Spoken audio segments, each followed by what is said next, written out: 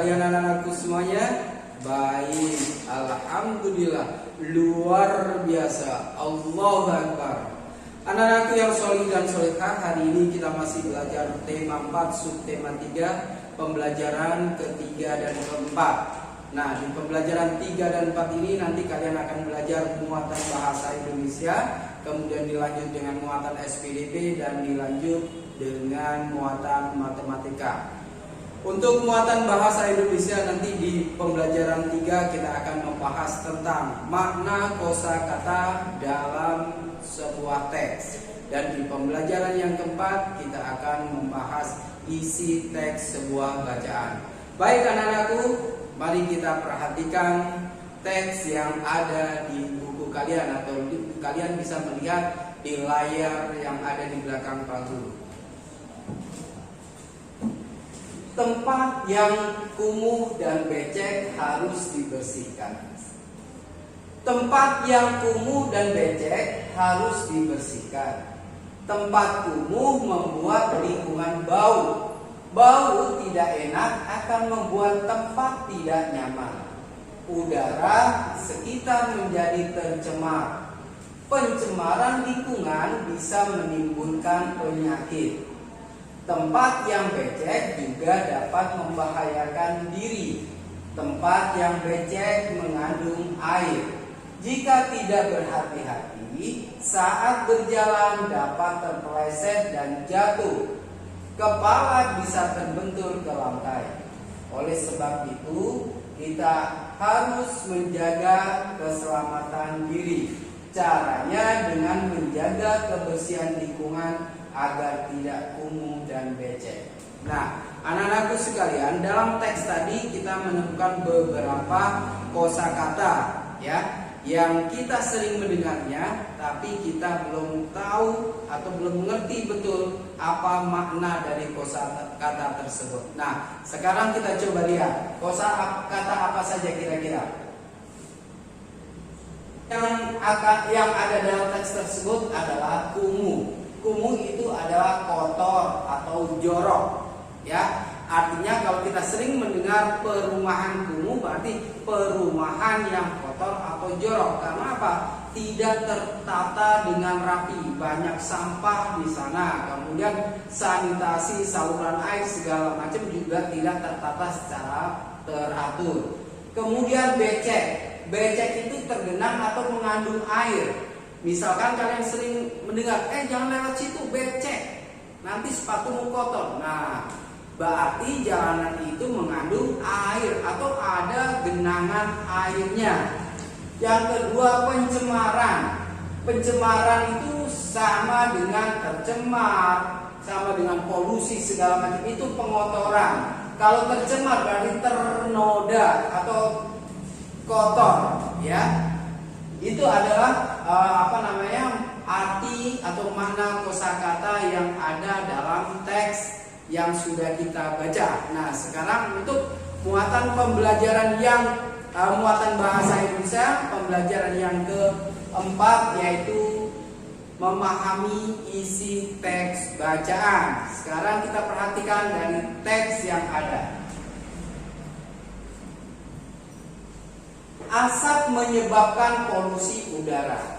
Hiruk pikuk kendaraan di jalan raya banyak layak diperhatikan. Banyak kendaraan yang tidak ramah lingkungan. Banyak kendaraan yang mengeluarkan bunyi klakson terlalu kuat. Bunyi yang terlalu kuat mengganggu alat pendengaran. Beberapa kendaraan juga mengeluarkan asap terlalu banyak. Asap menimbulkan polusi udara. Polusi udara tidak baik untuk kesehatan. Kita dapat terkena ISPA atau infeksi saluran pernapasan akut. ISPA dapat menyebabkan kematian. Nah, kira-kira dari teks yang sudah kita baca ini, apa isinya? Pesannya apa dari teks tersebut? Kita lihat ya. Oke, isi dari teks yang sudah kita baca adalah yang pertama, polusi. Polusi atau pencemaran terdiri dari satu, polusi udara. udara. Nah, polusi udara itu disebabkan oleh asap kendaraan. Nah, apalagi kalau kita di Jakarta ya, banyak sekali kendaraan, banyak sekali mobil dan macam-macam, itu sangat banyak sekali polusi yang dihasilkan dari kendaraan-kendaraan tersebut. Yang kedua adalah polusi suara. Polusi suara itu disebabkan oleh suara klakson, knalpot motor atau mobil. Ya. Nah, selanjutnya adalah polusi udara tidak baik untuk kesehatan kita. Polusi udara dapat menimbulkan penyakit ISPA. Apa itu penyakit ISPA? Yaitu infeksi saluran pernapasan akut, atau kalau kita dikenal dengan penyakit paru-paru, ya, karena yang diserang adalah pernafasan. Nah, penyakit ISPA ini sangat berbahaya sekali karena dapat menyebabkan kematian, ya. Baik, nah sekarang kita lihat gambar yang ada di buku kalian. Nah, inilah biasanya kalau kalian lihat di lampu merah itu banyak sekali nih, ya, kendaraan, kemudian klakson kalau udah macet seperti ini, asap pada keluar, kemudian berisik sekali. Masing-masing mobil menyalakan atau membunyikan klaksonnya, saling tidak sabar. Nah, dengan asap ini dapat menimbulkan polusi udara. Dengan klakson yang berisik itu bisa menimbulkan polusi suara. Nah, itu saja Pak Guru, itu saja anak-anakku yang dapat Pak Guru sampaikan. Sekarang dilanjut dengan pembelajaran muatan SBDP. Hai, ketemu lagi dengan Bu Mifta. Tadi kalian sudah belajar dengan Profesor Diki tentang memahami isi teks, mencari kosakata, kemudian mencari makna kosakata. Untuk SBDP kita akan belajar tema 4, subtema 3, pembelajaran yang ketiga dan keempat tentang karya seni 3 dimensi. Kalau kemarin kita sudah belajar karya seni 2 dimensi, sekarang 3 dimensi. Kita akan belajar apa itu karya seni 3 dimensi, contoh-contohnya apa saja dan bisa dibuat dari bahan apa saja. Ya, kita perhatikan. Karya seni 3 dimensi. Karya seni 3 dimensi adalah karya seni yang memiliki 3 sisi. Kebetulan kita sudah belajar bangun ruang, ya. Ada panjang, ada lebar, dan ada tinggi. Kalau kemarin kita belajar 2 dimensi hanya panjang dan lebar, tapi kalau 3 dimensi tambah satu lagi, namanya 3. Panjang, lebar, dan tinggi. Karya seni 3 dimensi dapat dilihat dari segala sudut pandang. Bisa dilihat dari depan, dari samping kanan, samping kiri, dari atas, bahkan dari bawah dan dari belakang. Semua sisi bisa kita lihat. Beda dengan 2 dimensi, hanya dari depan saja, satu arah saja, ya. Contoh karya seni 3 dimensi antara lain patung, ya. Kita lihat patung Pancoran. Kemudian ada juga Senayan, ada patung, ya, Tugu Tani dan lain sebagainya. Kemudian relief, kalau pernah ke Candi Borobudur, Candi Prambanan dan candi-candi yang lain, kamu bisa lihat, ya, ukiran di batu namanya relief, ya, yang timbul. Kemudian vas bunga, ada guci, ada kendi. Ya. Nanti Buru ada contoh vas bunga dari bahan alam, ya. Kemudian karya seni 3 dimensi bisa dibuat dari bahan alam maupun bahan buatan. Bahan alam yang dapat digunakan untuk membuat karya seni 3 dimensi adalah tanah liat, bisa kayu, rotan, daun, dan lain-lain. Guru ada contoh, yaitu vas bunga nih.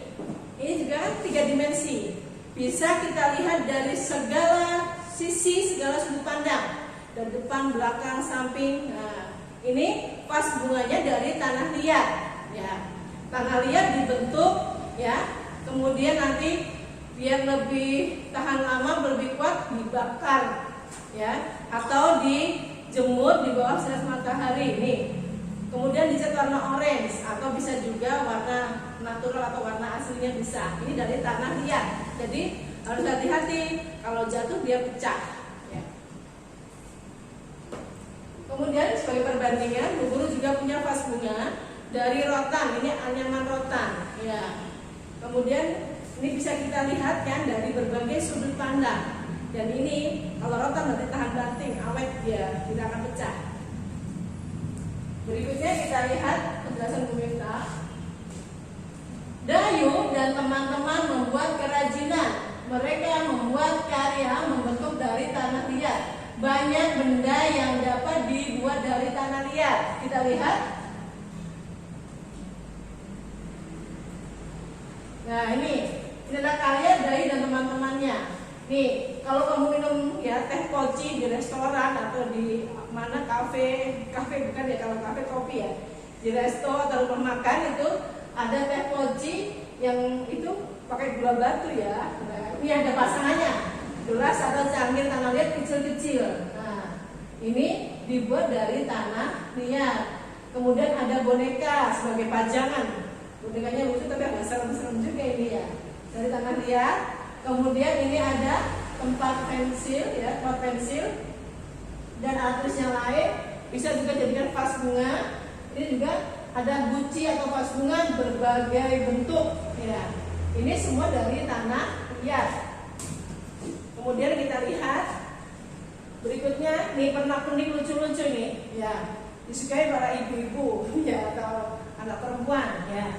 Ini yang aslinya belum diwarnai. Nanti setelah dijemur atau dibakar udah kering, bisa dicat, cat khusus untuk keramik namanya ya. Ini berbagai gelas ya, gelas dari tanah liat ya. Karena sifatnya mudah pecah jadi harus hati-hati. Berikutnya kita lihat ya, ini adalah prakarya atau untuk pajangan biasanya dari tanah liat. Setelah kering diberi cat khusus ya, biar lebih menarik. Ya, tanah liat ini sifatnya apa? Lunak atau lembek sehingga mudah dibentuk ya, memudahkan kita membentuk jadi apa saja. Selain menggunakan tangan, bisa juga menggunakan alat khusus. Biasanya kalau membuat keramik ya, yang bentuknya tabung itu ada alat khusus ya. Kemudian kita perhatikan berikutnya, apa saja bahan dan alat yang dibutuhkan untuk membuat kerajinan dari tanah liat. Cara membuat kerajinan dari tanah liat. Nah, apa saja? Yang pertama, siapkan tanah liat dan air secukupnya. Ingat, tanah liat bukan tanah yang seperti biasa yang kamu lihat sehari-hari ya untuk nanam itu bukan. Tanah liat di bagian dalam ya, jadi lapisan tanah ada tanah humus yang berwarna agak hitam.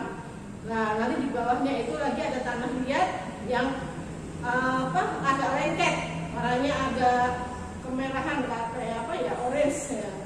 Tuh, lebih terang warnanya itu tanah liat. Dibeli juga ada di online ya. Kemudian siapkan triplex atau papan kayu sebagai alas. Nah, kita lihat gambarnya. Ini seperti ini, tanah liat disiapkan. Ini ada papan kayu atau triplex. Bisa juga menggunakan nampan boleh. Nah, istilahnya dicuci ya. Kemudian siapkan gambar rancangan atau model. Jadi sebelum membuat prakarya apapun itu, kamu sudah terbayang, sudah tahu mau buat apa. Jadi kan nanti hasilnya jelas dan selesai lebih cepat, tidak asal-asalan. Yang keempat, tempatkan tanah liat di atas triplek atau papan kayu sedikit demi sedikit. Kemudian pijat-pijat bahan hingga mendekati bentuk yang diinginkan. Ya. Jadi taruh di sini. Ini ada apa ini? Air. Gunanya untuk apa? Apabila tanahnya kurang lunak, kurang lembek, kamu bisa tambahkan sedikit air, sedikit-sedikit, jangan terlalu banyak, sampai mudah untuk dibentuk. Jadi dipijit-pijit atau diulenin seperti membuat kue itu namanya ya. Jadi tambahkan bahan jika kurang, sebaliknya kurangi bahan jika berlebih. Jadi ulenin atau pijit-pijit ya, remas-remas sesuai bahan atau sesuai kebutuhan yang mau buat apa. Sempurnakan bentuk dengan alat bantu. Nah, ini sudah jadi.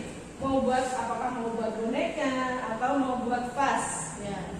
disempurnakan bentuk pakai alat, misalnya buat mata, bisa gunakan lidi ya, atau apa itu, atau pinset untuk membuat mata, untuk membuat mulut ya, untuk membuat telinganya. Jadi bisa pakai alat bantu yang kamu punya. Nah, terakhir, kalau sudah jadi kamu mau buat hias apa, mau dibentuk-bentuk seperti ini, boleh ya. Setelah itu nanti pasti harus dijemur atau dibakar tekniknya. Kalau ada panas terik itu nanti cepat keburu, mungkin butuh berapa hari gitu untuk membentuk sampai kering, sampai sempurna ya. Berikan sentuhan akhir dengan pembentukan yang detail dan dihaluskan sampai rapi, sampai selesai. Berikutnya, membuat karya 3 dimensi dari plastisin. Sudah pernah waktu kelas 1. Jadi selain tanah liat, kita bisa gunakan plastisin untuk membuat karya seni 3 dimensi karena sama-sama bersifat lunak ya. Model gambar di bawah ini dapat dibuat dari bahan plastisin. Nah ini, kalau plastisin sudah ada warna-warnanya ya Nak ya, jadi lebih mudah. Nih buah-buahan, kita lihat contoh lagi. Nah ini tiru makanan yang cepat saji, ada burger, ada kentang. Kemudian bisa juga membentuk motor ya, motor tiruan atau mobil tiruan, bebas. Kamu bisa buat binatang, bisa buat bunga-bunga, jadi sesuai kreativitas masing-masing. Tahukah kamu bagaimana cara membuat apa saja dan apa saja yang dibutuhkan? Jadi cara membuat karya 3 dimensi dari plastisin dan bagaimana apa cara membuatnya tadi, kemudian alat dan bahannya apa saja ya. Yang pertama yaitu pisau cutter. Ingat, pisau cutter tajam, jadi pakainya harus hati-hati. Kemudian plastisin secukupnya. Yang ketiga, gambar model yang ingin dibentuk. Kamu bisa searching di Google atau di YouTube. Nah, kamu sudah punya gambaran, baru kita melangkah untuk membuat karya. Langkah-langkah yang pertama, siapkan gambar model yang ingin dibentuk terlebih dahulu. Bisa di print atau bisa di screenshot, kamu simpan di HP atau taruh di HP mama atau di laptop ya. Gambar yang dibentuk misalnya gambar mobil atau gambar sepeda motor atau lokomotif kereta api dan gambar-gambar yang lainnya. Tadi bisa buah-buahan, bunga, pemandangan dan lain sebagainya. Yang kedua, potong plastisin sesuai warna dan ukuran yang diinginkan ya. Jadi bisa kamu kotek-kotek kecil ya, cuil namanya ya, diambil sesuai kebutuhan. Kemudian yang ketiga, bentuklah plastisin sesuai bentuk yang diinginkan. Misalnya saja menyerupai bentuk mobil, sepeda motor, lokomotif kereta api atau model lainnya. Jadi cutter itu gunanya untuk membentuk kamu kalau membuat apa? Mobil, kereta api biar bentuknya bagus. Ya, dibentuk untuk finishingnya namanya. Ya. Kemudian yang kelima, keempat belum ya. Haluskan dan ratakan dengan baik sesuai model yang sebenarnya. Tadi bisa menggunakan pisau cutter. Tapi saat mengambil bahan cukup dengan tangan saja ya. Berikutnya yang kelima, hasil kerajinan siap untuk dipajang. Jadi kalau sudah, ya kalau sudah sekolah kita langsung umumkan kepada bapak ibu guru. Tapi kalau di rumah cukup kirimkan lewat foto, diikuti dengan prosesnya, dilakukan dengan prosesnya, dibuat kolase ya. Berikutnya, buatlah kerajinan dari plastisin sesuai model yang kamu pilih. Ini nanti tugas di rumah, kamu membuat karya dari plastisin sesuai model yang kamu kehendaki. Ya, kalau di sini ya, nih mau buat mobil-mobilan, tapi kamu bebas. Mau model apa saja, warnanya apa saja. Semakin banyak warna semakin bagus. Bisa 2 warna, 3 warna, jangan cuma 1. Kalau 1 kurang menarik.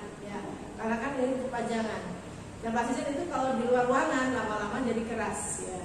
Tidak apa-apa ya. Oke anak-anak, tadi sudah belajar dengan Bu Mifta. Selanjutnya nanti akan belajar dengan Bumar tentang bangun ruang. Semangat terus, terima kasih. Alhamdulillah anak-anak, masih ketemu lagi sama Bumar di muatan matematika. Nggak bosan ya anak ya, insya Allah mudah-mudahan.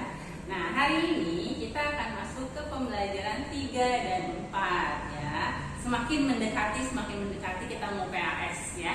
Jadi fokus buat belajarnya, terus diulang videonya ya nak ya.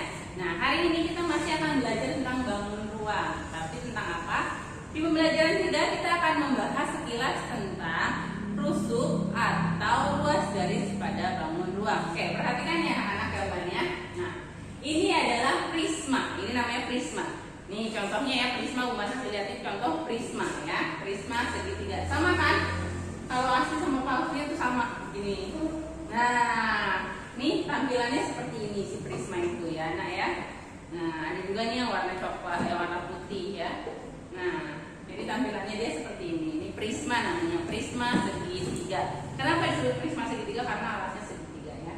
Nah, sama kan ya. Nah, sekarang kita akan belajar rusuknya. Ingat, rusuk itu kita bisa mulai dari yang bawah nih. Yang bawah ini anak ya. Terus rusuk atas, rusuk samping, atau kita sebut juga bisa dengan rusuk tegak ya anak-anak ya. Rusuk tegak. Kenapa rusuk tegak? Karena dia berdiri, jadi rusuk tegak. Nah, sekarang kita lihat di gambar. Mulai dari rusuk bawah dulu nih, rusuk bawah ya. Ada A, B. Ingat berurutan aja kita. A, B ya. Lalu B, C. Setelah itu C, A ya. Ini akan muncul ya. A, B, ini A, B, A, B. Ini rusuk yang pertama, lalu B, C. Rusuk yang kedua, lalu C, A. Rusuk yang ketiga. Sekarang rusuk atas. Rusuk atas kita mulai dari D. D, E, ini D, E. Lalu E, F ya. Ke samping, lalu E, D. Oke, sudah. Nah, sekarang rusuk tegak. Rusuk tegak tuh yang berdiri nih, yang lurus ke bawah nih, tegak. Atau rusuk samping, boleh juga, rusuk tegak boleh, sama ya. Mempermudah kalian. Kita mulai dari huruf D dulu. D, A ya. E, B. Lalu F, C gitu ya. Nah, rusuk tegak. Ini adalah semua rusuknya. Kalau kita hitung ada berapa rusuknya? 1, 2, 3, 4, 5, 6, 7, 8, 9. Jadi prisma segitiga ini memiliki 9 rusuk. Nah, nanti kita akan belajar lebih lanjut lagi di slide berikutnya, oke? Nah, ciri-ciri bangun ruang yaitu rusuk, sisi, dan titik sudut. Ingat, rusuk tuh garisnya ya. Sisi itu bidang datarnya nih. Nah, sekarang kita belajar ke balok. Ini balok, sama ya? Balok. Nah, kemarin Bumar sudah menjelaskan kenapa di sini dibuat garis putus-putus. Karena dia posisinya ada di belakang, kan tidak terlihat, maka dibuat garis putus-putus seolah terlihat seperti itu ya, nah ya. Nih kan kamu nggak usah melihat kan belakangnya. Nah, ya. Sekarang kita lihat dulu. Kita mau cari rusuknya dulu. Nah, banyak rusuknya ada 12. Benar nggak 12? Kita buktikan dulu. Caranya gimana? Tadi kita hitung. Kita mulai dari yang bawah. Nih, 1, 2, 3, 4. 5, 6, 7, 8. Oke. 9, 10, 11, 12. Berarti betul ya, banyak rusuknya ada 12. Sekarang banyak sisinya. Di sini ada 6 katanya. Betul nggak sisinya ada 6? Nih sisi ini. Kita mulai. Sisi atas 1, 2, bawah, samping 3, 4, depan 5, 6. Pas ya, cocok berarti. Lanjut berikutnya ada titik sudut. Bumar udah sampaikan kemarin titik sudut itu pertemuan 3 buah ruas garis ya anak-anak ya. 1, 2, 3. Membentuk titik sudut. Nah, di sini titik sudut yang pertama nih. 1, 2, 3, 4, 5, 6, 7, 8.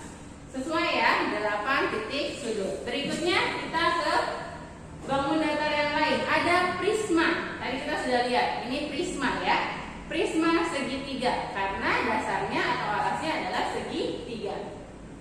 Sekarang kita buktikan di sini banyak dari rusuknya ada berapa ya? Nah, kita cek. Banyak rusuknya ada 9. Betul nggak ada 9? Kita cek dulu. 1, 2, 2, 3, 4, 5, 6, 7, 8, 9. Oke, sesuai ya. Nah, sekarang kita lihat sisinya. Nah, kalau ini sisinya, kalau untuk bagian atas penutup atau alas bawah bentuknya segitiga nih, ya. Tapi kalau untuk bentuk yang tegaknya dia bukan segitiga, melainkan segi 4, ya, bisa persegi panjang atau persegi. Nah, sekarang kita hitung 1, 2, 3, 4, 5, 6. Betul nggak nih? Salah nih. 1, 2, 3, 4, 5. Ada 5 buah. Oke, pas ya. Sekarang titik sudutnya. Di sini ada 6. 1, 2, 3, 4, 5, 6. Oke, cocok ya. Oke, berikutnya slide berikutnya ada limas. Nah, ingat, limas itu berarti yang punya puncak, nah. Ya, yang ujungnya lancip ini limas. Beda ya sama prisma. Prisma tegak ini limas namanya. Nah, alasnya ini bermacam-macam. Ada yang alasnya segitiga, jadi namanya prisma limas segitiga. Ada yang segi 5 berarti limas segi 5. Yang ini segi 4 berarti namanya limas segi 4. Nah, sekarang kita perhatikan ada berapa banyak perusuknya. Di sini tertulis ada 8. Kita cek ya, kita bawahnya dulu. 1, 2, 3, 4, baru 4. Nah, sekarang kita yang tegaknya 5, 6, 7, 8. Sesuai ya, banyak perusuknya ada 8 buah. Nah, berikutnya banyak sisinya. Nah, kalau dia yang limasnya segi 4, ini bawah 1 berarti ya sisinya. Lalu sampingnya, karena sisinya di bawahnya alasnya 4, berarti dia pasti 4. 1, 2, 3, 4. 4 tambah 1 jadi 5. Seperti itu ya nak. Nah, berikutnya titik sudutnya. 1, 2, 3, 4. Di sini cuma 1 ya. Nggak jadi 5. Kenapa 1? Karena pertemuan semua titik sudut jadi 1. Di sini ujungnya aja nih, puncaknya 1. 1, 2, 3, 4, 5. Ada banyak titik sudutnya, ada 5 ya. Nah, seperti itu. Nanti kalian boleh minta bantuan orang tua untuk membuat bangun ruang yang lain supaya kalian bisa belajar juga nih, oh yang mana sih sisi, yang mana sudut, yang mana titik sudut dan sebagainya. Oke? Alhamdulillah pembelajaran 3 dan 4 hari ini selesai ya. Jangan lupa selalu beribadah, sholat 5 waktu ya anak-anak, ngaji ya. Selain itu jaga kesehatan dengan makan makanan yang bergizi ya. 3M dilaksanakan. Jangan lupa. Nah, sampai ketemu lagi kita di pembelajaran berikutnya, pembelajaran 5 dan 6. Jangan bosan-bosan ya. Semoga apa yang Bapak Ibu guru berikan pada kalian bermanfaat untuk kalian. Diulang lagi videonya, disimak baik-baik. Sampai